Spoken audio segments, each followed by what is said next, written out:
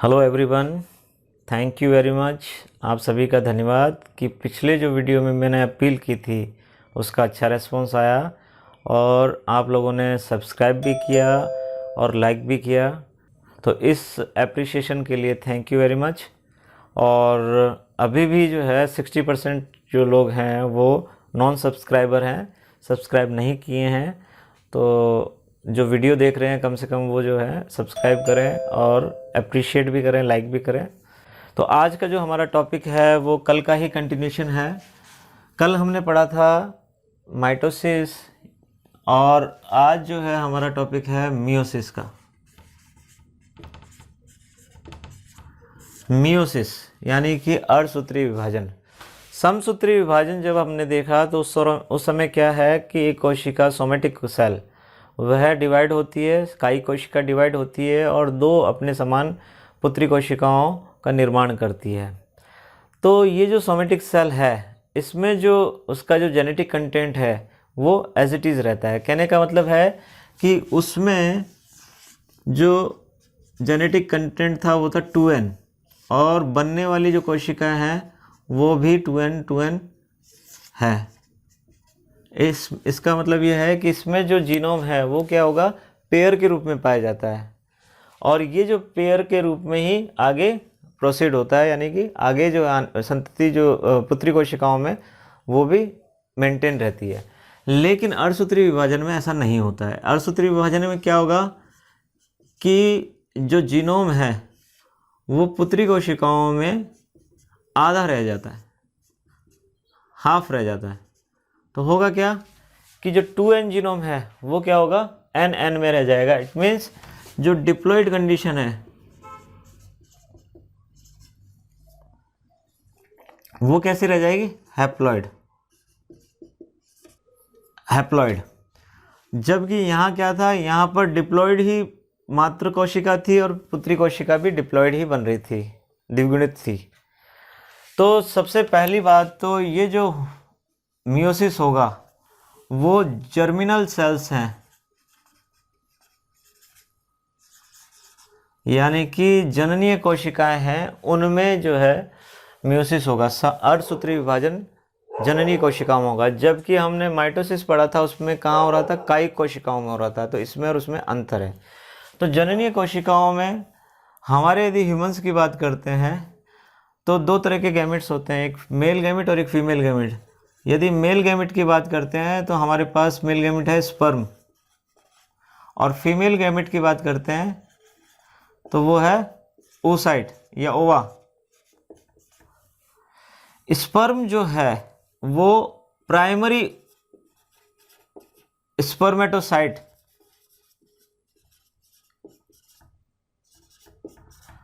कोशिकाओं से बनती है और oocyte जो कोशिका है वो प्राइमरी oocyte सेल से बनती है।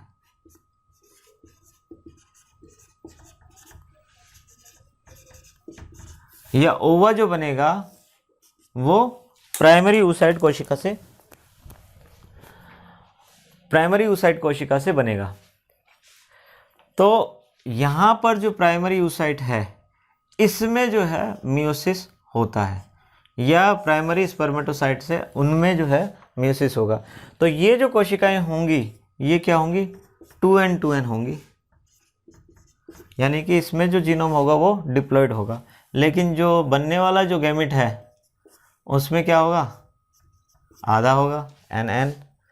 फिर जाके इसमें फर्टिलाइजेशन होता है, आगे जाके जाइगोट बनाता है और फिर उसके बाद जो क्लीवेज होता है, डेवलपमेंटल स्टेज, अलग अलग डेवलपमेंटल स्टेज से होके गुजर के और फिर वापस जो है ये एडल्ट का फॉर्मेशन करता है। तो ये पूरी प्रोसेस होती है। अब जो महत्वपूर्ण बात ये है कि ये मियोसिस होता कब है, कब होगा। सामान्यतः ये बहुत इंपॉर्टेंट चीज़ है। सामान्यतः आरएनए और डीएनए का जो रेशो है वो लो पाया जाता है। इट मीन्स आरएनए जो है सामान्य तौर पर कम मिलेगा और डीएनए जो है वो कोशिका में, कई कोशिकाओं में अधिक मिलेगा। तो उस दौरान क्या होगा, माइटोसिस। लेकिन जब आरएनए का कंटेंट बढ़ने लगता है डीएनए से,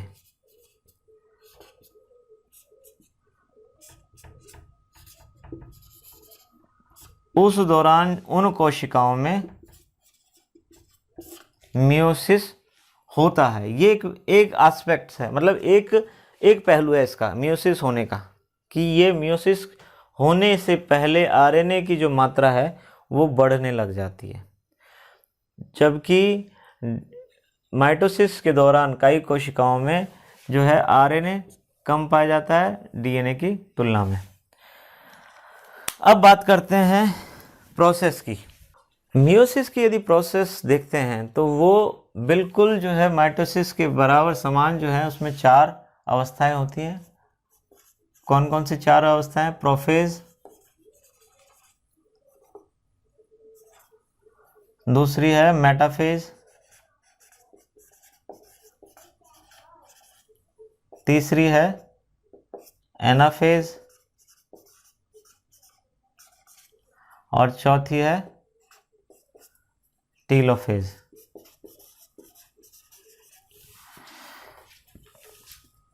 ये जो 3 प्रावस्थाएं हैं, मेटाफेज, एनाफेज, टीलोफेज, ये बिल्कुल जो है माइटोसिस या समसूत्री विभाजन के समान होती है। लेकिन प्रोफेज जो अवस्था होती है वो इसकी सबसे इम्पोर्टेंट अवस्था है और सबसे लंबी अवस्था होती है, यानी कि इन तीनों से सबसे लंबी अवस्था होती है। इस प्रोफेज को 5 उप अवस्थाओं में बांटा जाता है या बांट सकते हैं। पहली जो है वो है लेप्टोटिन, दूसरी जो है जाइगोटिन, तीसरी जो है पैकाइटिन,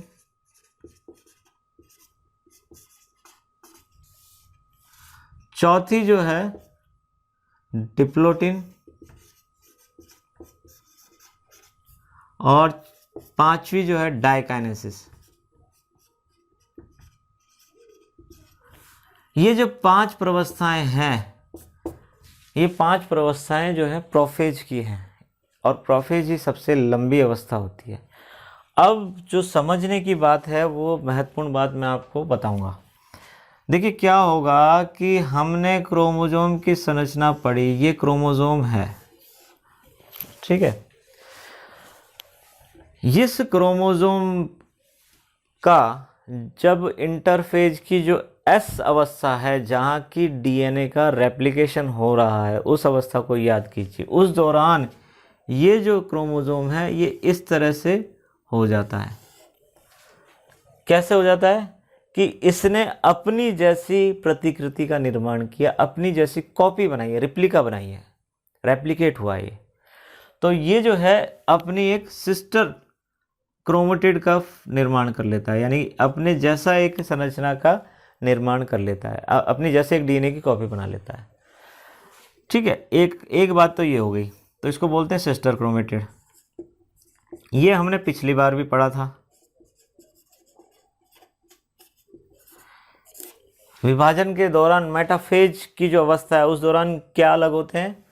सिस्टर क्रोमेटिड अलग होते हैं, यानी कि ये दोनों सेपरेट हो जाएंगे। सिंपल सा फॉर्मूला यही है कि एस अवस्था में डबल हुआ, फिर वापस जो है डिवीजन हो गया और वो जो 2n वाली कंडीशन है वो मेंटेन हो गई, ठीक है। लेकिन यहाँ पर क्या होगा, यहाँ पर इंपॉर्टेंट चीज़ ध्यान रखने की बात है, हमें करना है नंबर आधा।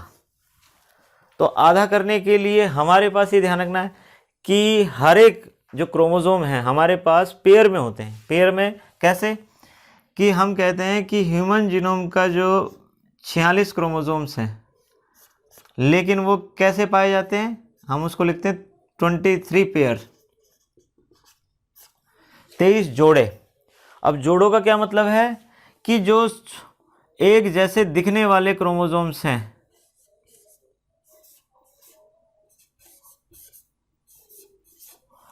वो जोड़े बनाते हैं, ठीक है। और उसमें एक जो क्रोमोसोम है वो आता है मदर से और दूसरा जो क्रोमोसोम आएगा वो फादर से, ठीक है। तो ये जो मदर और फादर का जो कॉम्बिनेशन है यही जो है 2n कहला रहा है, कि एक जोड़ा जो n है वो आ रहा है मदर से और दूसरा जोड़ा आ रहा है फादर से, जो कि हमने गैमेट्स के रूप में देखा था। ठीक है, तो ये डिवीजन यहाँ पर क्या होगा, दो डिवीजन होंगे। देखो माइटोसिस के अंदर सिर्फ क्रोमोसोम जो कॉपी बना रहा है उसका अलग हो रहा है, यानी कि मैं अपनी जैसी कॉपी बना रहा हूँ तो उसको अलग कर दिया। लेकिन यहाँ पर तो जो मदर और फादर का जो जीनोम है, जो कॉम्बिनेशन है, उसको अलग करना है। तो यहाँ पर दो काम होंगे, एक काम तो जो पेयर्ड क्रोमोसोम्स हैं वो अलग होंगे, और साथ ही साथ दूसरा डिवीजन क्या होगा, माइटोसिस जैसा सिस्टर क्रोमेटिड अलग होंगे। ठीक है, ये ध्यान रखने वाली बात है। तो यहाँ पर डिवीजन भी जो है फर्स्ट और सेकंड होगा, यानी कि मियोसिस फर्स्ट होगा, उसमें मियोसिस फर्स्ट में प्रोफेज, मेटाफेज, एनाफेज, टीलोफेज होंगी। फिर मियोसिस सेकंड होगा, उसमें भी prophase second, metaphase second, anaphase second और टीलोफेज सेकंड।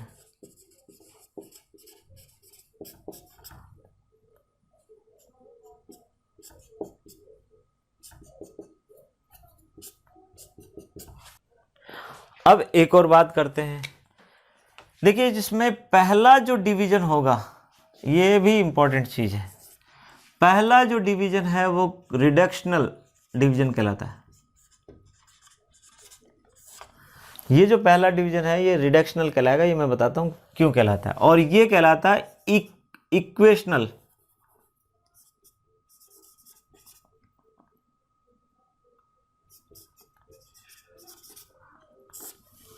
इक्वेशनल, ये जो रिडक्शनल डिवीजन है, रिडक्शनल का मतलब है कि कोई चीज़ का कम होना, घटत होना, रिडक्शन होना।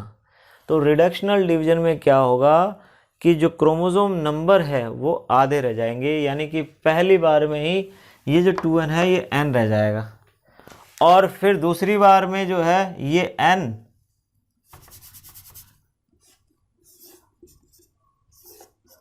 माइटोसिस की तरह डिवाइड हो जाएगा। तो दूसरा जो होगा डिवीजन वो इक्वेशनल है, यानी कि एक समान है, वो सामान्य बिल्कुल माइटोसिस के जैसे ही है। तो पहला डिवीजन कैसा होगा, रिडक्शनल,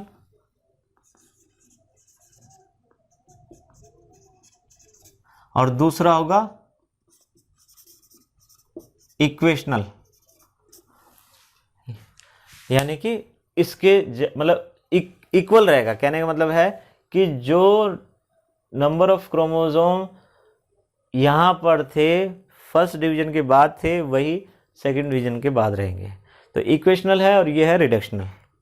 ठीक है, अब आते हैं स्टेज पर, प्रवस्थाओं पर।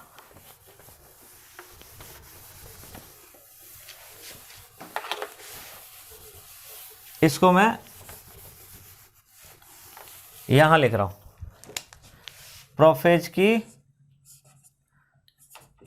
लेप्टोटिन। लेप्टोटीन जो प्रवस्था है ये पहली प्रवस्था है, लैप्टोस से लिया गया है। ये लैप्टोस का मतलब होता है थिन थ्रेड। देखिए है कौन सी स्टेज ये प्रोफेज। ये और प्रोफेज में क्या क्या चीज़ होनी है, प्रोफेज में तीन चीज़ें होनी है। एक तो न्यूक्लियर मेम्ब्रेन हटनी है, दूसरा जो क्रोमोसोम्स हैं वो कंडेंस्ड होने हैं, ठीक है, और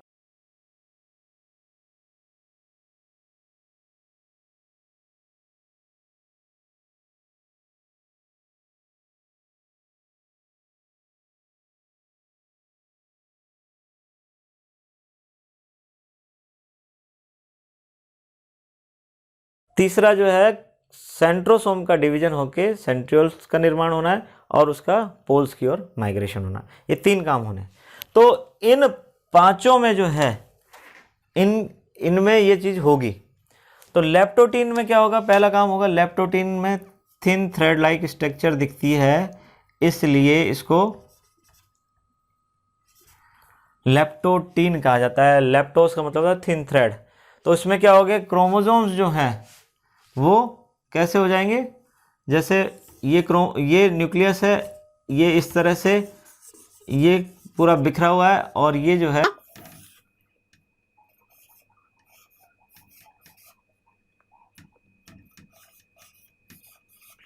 ये क्रोमोसोम की शेप में आना चालू हो जाएंगे लैप्टोटीन में।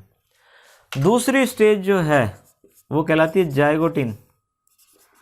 जाइगोटीन में क्या होगा, जाइगोट से लिया गया है जाइगोस, जाइगस का मतलब होता है पेयर।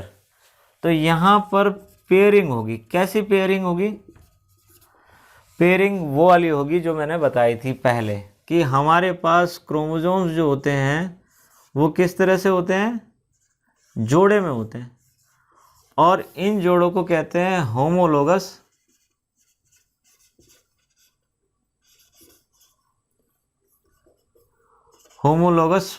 पेयर। जो एक जैसे दिखाई देते हैं उनको बोलते हैं होमोलोगस पेयर। तो होमोलोगस पेयरिंग जो होगी यहां पर होगी, होमोलोगस पेयरिंग होगी।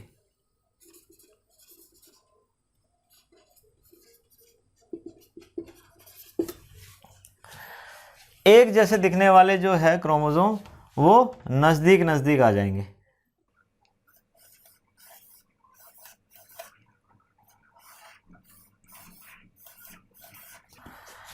अब आते हैं तीसरी पोजीशन पर। तीसरी जो पोजीशन थी वो थी पैकाइटिन।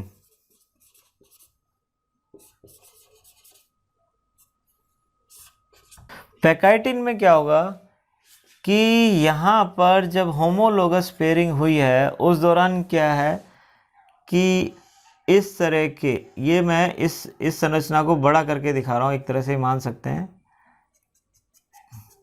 इस तरह का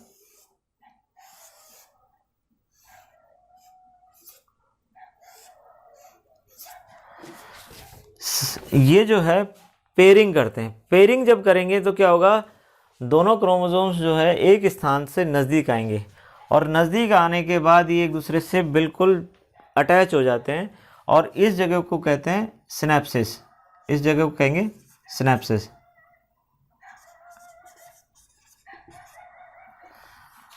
पेयरिंग जो होगी वो सिनेप्सिस के लिए होती है, और सिनेप्सिस जो होगा वो आगे क्रॉसिंग ओवर को प्रमोट करता है।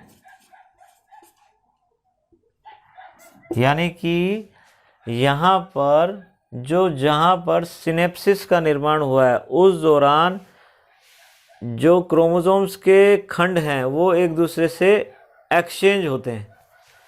इट मीन्स ये जो खंड है वो इस तरफ आ जाएगा, और ये वाला जो खंड है वो इस तरफ आ जाएगा। तो ये जो क्रॉसिंग ओवर होता है यही जो जीवों में वैरायटी लाती है। आने वाली पीढ़ी में लक्षणों में कुछ बदलाव होता है वो इस क्रॉसिंग ओवर की वजह से ही होता है। ठीक है, अब बात करते हैं डिप्लोटिन की।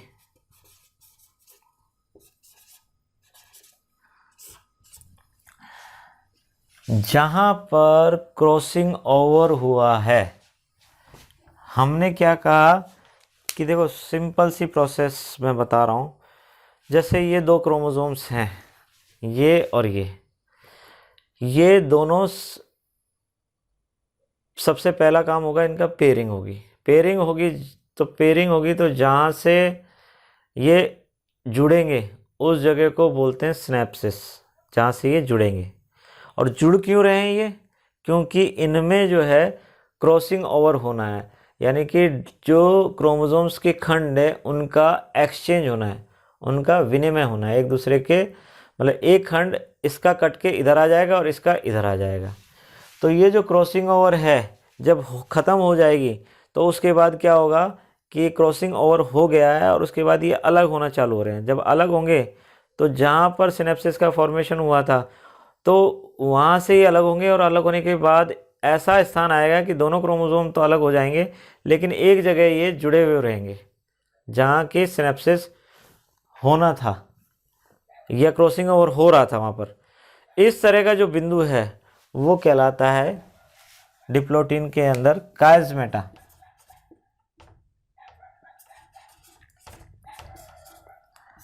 काइज़मेटा जो पेयरिंग हो रही है उसको बोल रहे हैं सिनेप्सिस। सिनेप्सिस बनने के बाद क्रॉसिंग ओवर हुआ, क्रॉसिंग ओवर होने के बाद जब क्रॉसिंग ओवर ख़त्म हो गया तो चलो भाई अपने अपने घर चलो। तो घर जा रहे हैं तो थोड़ा सा जो है जहाँ पर से ये चिपके हुए हैं बाद तक भी, यानी कि जैसे दोनों क्रोमोसोम अलग हो रहे हैं और बीच में से जहाँ से ये चिपके हुए हैं उस जगह को काइज़मेटा बोलते हैं, उस स्थान को, उन बिंदुओं को बोला जाता है काइज़मेटा। तो काइज़मेटा किस अवस्था में दिखाई देंगे? डिप्लोटीन में। अब आता है ई, डायकाइनेसिस।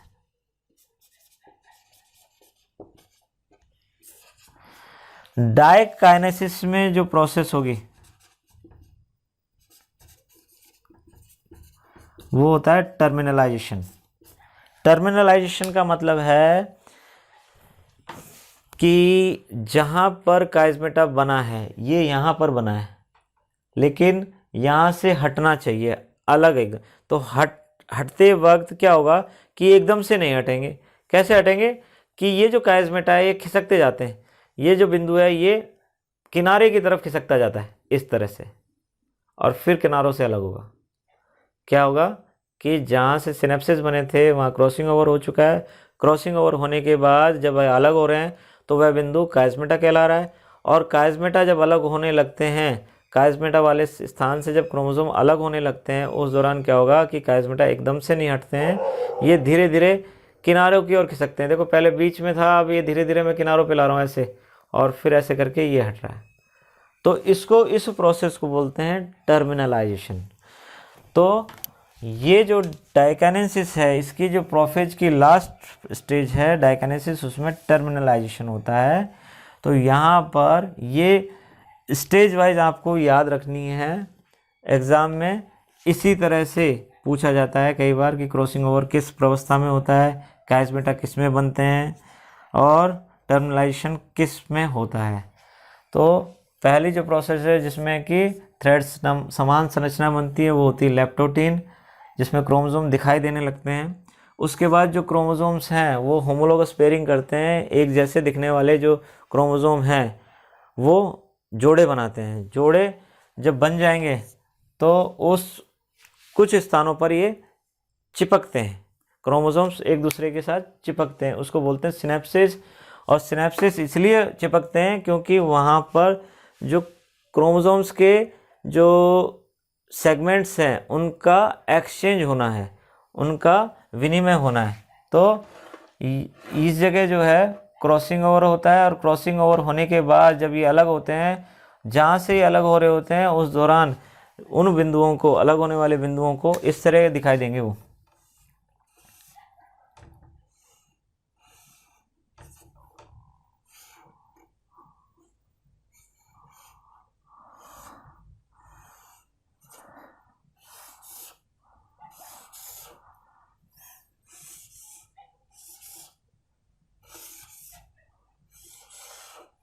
ये अलग क्रोमोसोम था, ये अलग क्रोमोसोम है।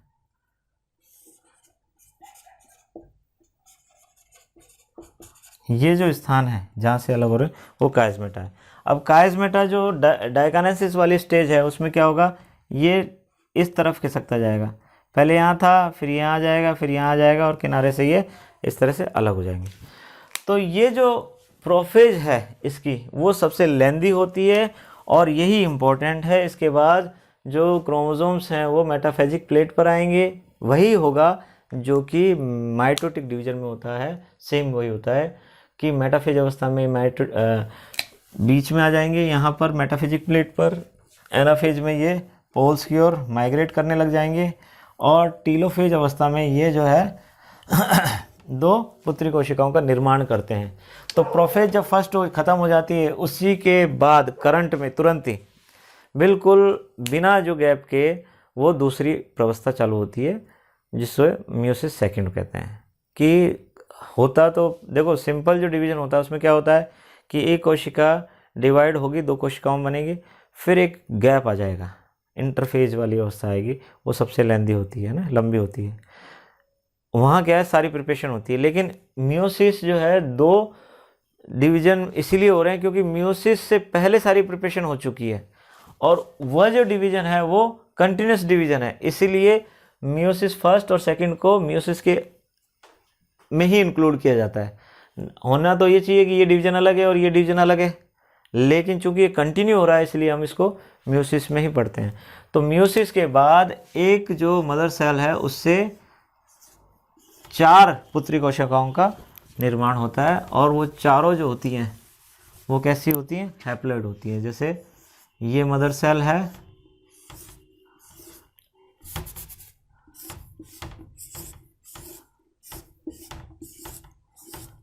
ये 2n है, यहाँ n होगा, और यहाँ पर फिर n और n, यहाँ पर n और n। तो एक जो मदर सेल है वो 4 डॉटर सेल का निर्माण करेगी, लेकिन उसमें जो नंबर ऑफ क्रोमोसोम्स होंगे वो हैप्लॉइड होंगे, आधे होंगे मदर सेल से। तो ये था मियोसिस, अर्धसूत्री विभाजन। ये जर्मिनल सेल्स में होता है, ये कायिक कोशिकाओं में नहीं होता है, ये ध्यान रखना है। Thank you very much. और फिर मैं कह रहा हूँ कि अप्रिशिएशन ज़रूरी है, तो लाइक करें और सब्सक्राइब भी करें जो सब्सक्राइब नहीं किए हैं उन्होंने। Thank you very much.